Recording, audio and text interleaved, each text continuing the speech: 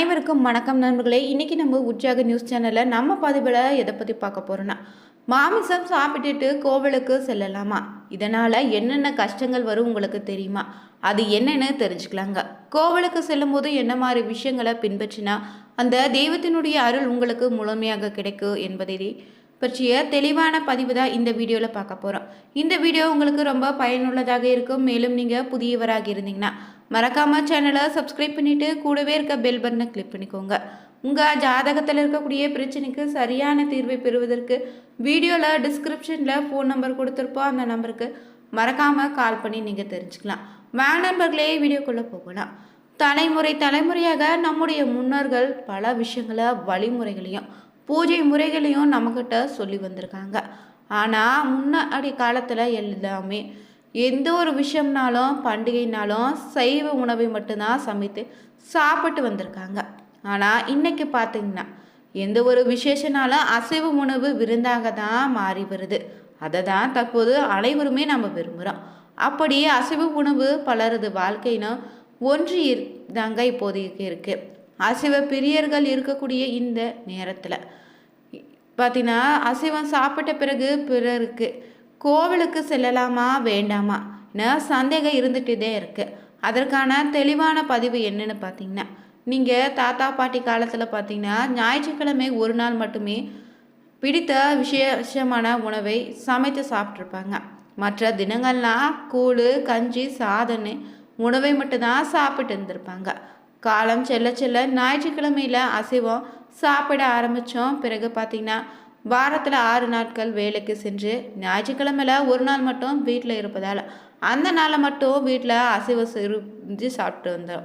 பிறகு இப்போ பார்த்தீங்கன்னா சில வீடுகளில் வாரத்தில் 7 நாட்கள் எப்போ வேணால் பார்த்தீங்கன்னா அசைவம் நீங்கள் சமைச்சு சாப்பிடுவீங்க.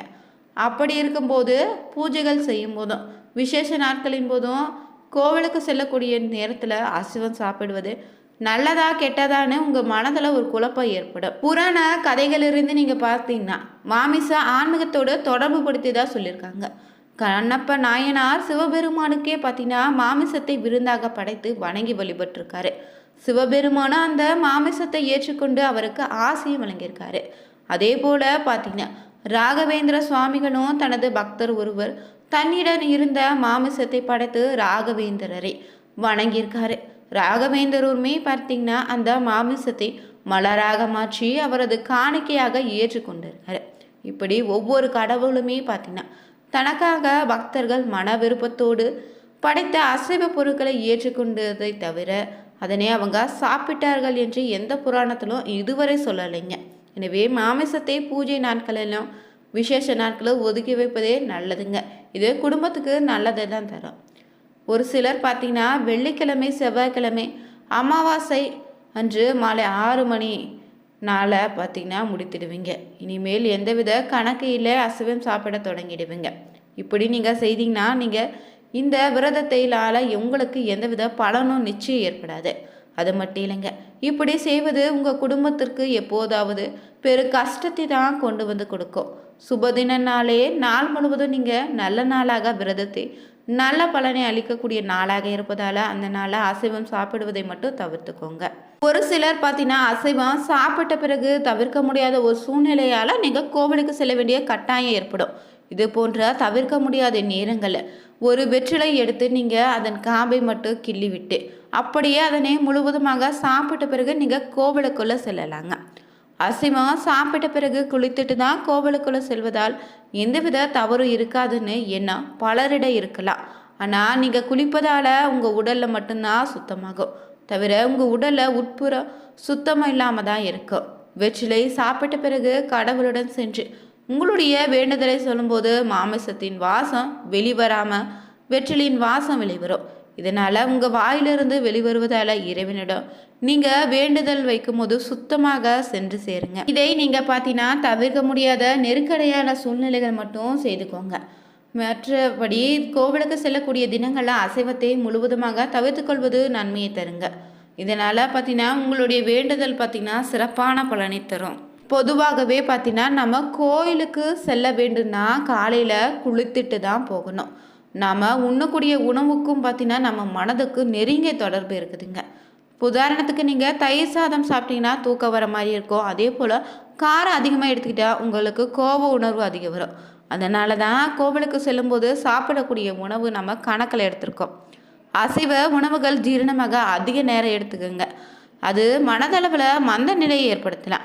நீங்கள் கோவிலுக்கு செல்லும்போது சுத்தம் என்பது வெறும் உடலை மட்டும் இல்லைங்க, மனதையும் சேர்த்து தான் சொல்லுவாங்க. அதனால் மனதில் தன்மை தான் நாம் எப்படி இருக்கிறோன்னு சொல்லும். அதனால் கோபமாகவோ தூக்கமாகவோ இருக்கலாம். மனதளவில் மந்த நிலையில் இருக்கக்கூடிய ஒருவர் சூட்சும சக்திகள் நிலவக்கூடிய கோயிலுக்கு செல்லும்போது அந்த சக்திகளை நிச்சயம் உணர முடியாத ஆற்றலை இழந்துடுவீங்க. அசைவ உணவுகள் சூட்சும சக்தியை உணரக்கூடிய ஆற்றல் குறைவாக இருக்குதுங்க. எனவே தான் கோவிலுக்கு செல்லும்போது எளிமையான உணவை மிதமான அளவில் எடுத்துட்டு மனதில் உற்சாகத்தோடு இறைவனை தரிசிக்க வேண்டும்னு நம்முடைய முன்னோர்கள் சொல்லியிருக்காங்க. நீங்கள் ஒருவேளை பார்த்தீங்கன்னா அசைவ உணவை சாப்பிட்ட பின்னர் கோவிலுக்கு செல்ல வேண்டியதாக இருந்தால் குறைந்தபட்சம் 3-4 மணி நேரத்திற்கு பின்னர் குளித்துட்டு செல்வது தான் நல்லது. பெரும்பாலும் இந்த நாட்களில் அசைவ உணவை சாப்பிடாம கோவிலுக்கு சென்று வழிபடுவது தாங்க நல்ல விதமான பலனை தரும். அதில் பார்த்தீங்கன்னா நீங்கள் கோவிலுக்கு சென்றால் எப்படி வழிபடணும், ஏன் கண்களை மூடி இறைவனை வழிபடக்கூடாதுன்னு சொல்லியிருக்காங்கன்னு தெரிஞ்சுக்கலாங்க. பலரும் நீங்கள் கோவிலுக்குள்ளே நீண்ட வரிசையில் நின்று தான் கருவறையில் அருகில் வந்ததுமே மூலவரை கண்டவுடன் கண்களில் மூடி தங்களையே மறந்து இறைவனுக்கு ஆராத்தி எடுப்பது கூட தெரியாமல் நின்று கொண்டிருப்பீங்க. நாம் கோவிலுக்கு எதற்காக போகிறோம்? இறைவனை மனதார பார்த்து மகிழ்வதற்காக தான் நம்ம கோவிலுக்குள்ளே போய் நம்மளுடைய வேண்டுதலை நம்ம வைக்கிறோம். ஆனால் அங்கு சென்று இப்படி நம்ம கண்களை மூடி நின்றா இறைவனை நம்ம எப்படி மனதுக்குள்ளே கொண்டு வர முடியும்? கோவிலுக்கு சென்று இப்படி இறைவனை வழிபடணும்னு தெரிஞ்சுக்கோங்க. கோவிலுக்குள்ளே நீங்கள் செல்லும் போதே உங்களால் முயன்ற பூ, பழம், தேங்காய், அபிஷேக பொருட்கள், விளக்கு ஏற்றுவதற்கான நெய் முதலானவற்றை வாங்கிட்டு போவது தாங்க சிறப்பு. பொருட்களை உங்களால் வாங்க முடியலைன்னா கூட இதற்காக நீங்கள் கவலைப்பட வேணாங்க. நீங்கள் இறைவனை மனதார வேண்டும் போதே உங்கள் கண்களை இருந்து சுரக்கக்கூடிய ஒரு சொட்டு நீரே இறைவனுக்கு உங்களுக்கு பிரியமானதாக மாற்றுமா. அதே போல் ஒவ்வொரு கோவிலுக்குன்னு தனிப்பட்ட வழிமுறைகள் இருக்குது. அப்படி அந்த விதிமுறைகளுக்கு ஏற்ப இறைவனை வழிபாடு செய்வது, கோவிலை பிரதட்சணம் செய்துட்டு வருவது தாங்க சிறப்பான பலனை தரும். எல்லா நேரங்களும் எல்லா இடங்களும் இறைவனை வழிபடலாம். கோவிலுக்கு சென்று இறைவனை வழிபடலாங்க. வீட்டில் பூஜை செய்யக்கூடிய நேரத்தில் இறைவனை வழிபடலாம். தினமும் கோவிலுக்கு செல்ல முடியாதவங்க கோவில் கோபுரத்தை பார்த்து கையெடுத்து கும்பிட்டு வழிபட்டாலே கூட போதும். இருந்தாலும் செவ்வாய், வெள்ளி, சனிக்கிழமையில கோவிலுக்கு சென்று இறைவனை தரிசிப்பது சிறப்பான பலனை தரும். அது மட்டும் இல்லைங்க, பௌர்ணமி, அமாவாசை, மாத பிறப்பு, வருட பிறப்பு, கிருத்திகை, சூரிய கிரகணம், சந்திர கிரகணம், பிரதோஷம், சதுர்த்தி, ஏகாதசி போன்ற நாட்களில் தவறாமல் இறைவனை வழிபட்டு வந்தீங்கன்னா உங்களுக்கு சிறப்பான பலனை தரும். நீங்கள் கருவறையில் இருக்கக்கூடிய மூலவரை கண்டதுமே ஒரு நொடி கூட வீணாக்காமல் கையெடுத்து தொழுதுட்டு இறைவனை கண்ணிமைக்காமல் பார்த்து ரசித்து மனதுக்குள்ளே முதல்ல நிறுத்திக்கணும்.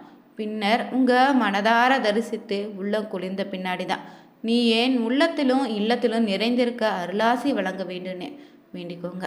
உங்கள் இல்லத்திலும் எழுந்தருளுமாறு நீங்கள் மனதார இறைவனிடம் வேண்டிட்டு வாங்க. வீட்டில் தினமுமே பார்த்தீங்கன்னா பூஜை செய்யும்போது கோவிலில் தரிசித்த இறைவனுடைய திருவுருவத்தை மனதில் நினைத்து கொண்டு பிரார்த்தனை செய்வது சிறப்பான பலனை தரும். அப்படி நீங்கள் வீட்டில் பிரார்த்தனை செய்யும் போது அந்த இறைவனுடைய அருள்களால் வீட்டில் பார்த்தீங்கன்னா மகிழ்ச்சி உண்டாகும். அதனால்தாங்க கோவிலுக்கு சென்று இறைவனை பார்க்கக்கூடிய நேரத்தில் கண்களை மூடிக்கொண்டு வணங்கக்கூடாதுன்னு சொல்லுவாங்க. கோவிலுக்குள்ள நீங்கள் சென்றீங்கன்னா இறைவனை மனதால் நினைத்து கொண்டு அடித்தொழுதல், அபிஷேகம், அர்ச்சனை, தீபாராதனை காணுதல், புனித நீரை அருந்துதல் போன்ற செயல்கள் மூலம் மந்திரங்களை உச்சரித்து மனதை ஒருமுகப்படுத்தி இறைவனை அருளை பெறக்கூடிய ஒரு வழிபாட்டு முறைங்க. நீங்கள் கோவிலை நுழைந்த உடனே தீர்த்தம் அருந்தி திருநீர் அணிந்து இறைவனை வணங்கி வழிபடணும். அதே போல் கருவறையில் அருகில் சென்று கைகூப்பி தொழுதுட்டு இறைவனின் நாமங்களை உச்சரித்து வழிபடுங்க. அதே போல் பூஜை நேரங்களில் அபிஷேகம், அர்ச்சனை, தீபாராதனை போன்றவற்றை தரிசிப்பதோ சிறப்பான பலனை தரும். நீங்கள் மனதில் இறைவனின் நாமங்களையும் லீலைகளையும் நினைத்து வழிபடுவது ரொம்ப நல்லது. அதே போல் பார்த்தீங்கன்னா நீங்கள் முக்கிய விசேஷ தினங்களில் வீட்டில் தீபம் ஏற்றி வழிபடுவது சிறப்பான பலனை தருங்க. தினந்தோறும் பார்த்தீங்கன்னா காலையில் பிரம்ம முகூர்த்த நேரத்தில் வீட்டு பூஜை அறையில் தீபம் ஏற்றி வழிபட்டு வர வீட்டில் இருக்கக்கூடிய சண்டை சச்சரவுகள் நீங்கி வீட்டில் மன மகிழ்ச்சி உண்டாகும். கணவன் மனைவிக்கிடையே இருந்து வந்த பிரச்சனையை தீருங்க. வீட்டில் அமைதி உண்டாகும். இந்த வீடியோ பிடிச்சிருந்தா மறக்காமல் நீங்கள் உற்சாக நியூஸ் சேனலை சப்ஸ்கிரைப் பண்ணிவிட்டு கூடவே இருக்க பெல் பட்டனை கிளிக் பண்ணிக்கோங்க. அனைவருக்கும் நன்றி நண்பர்.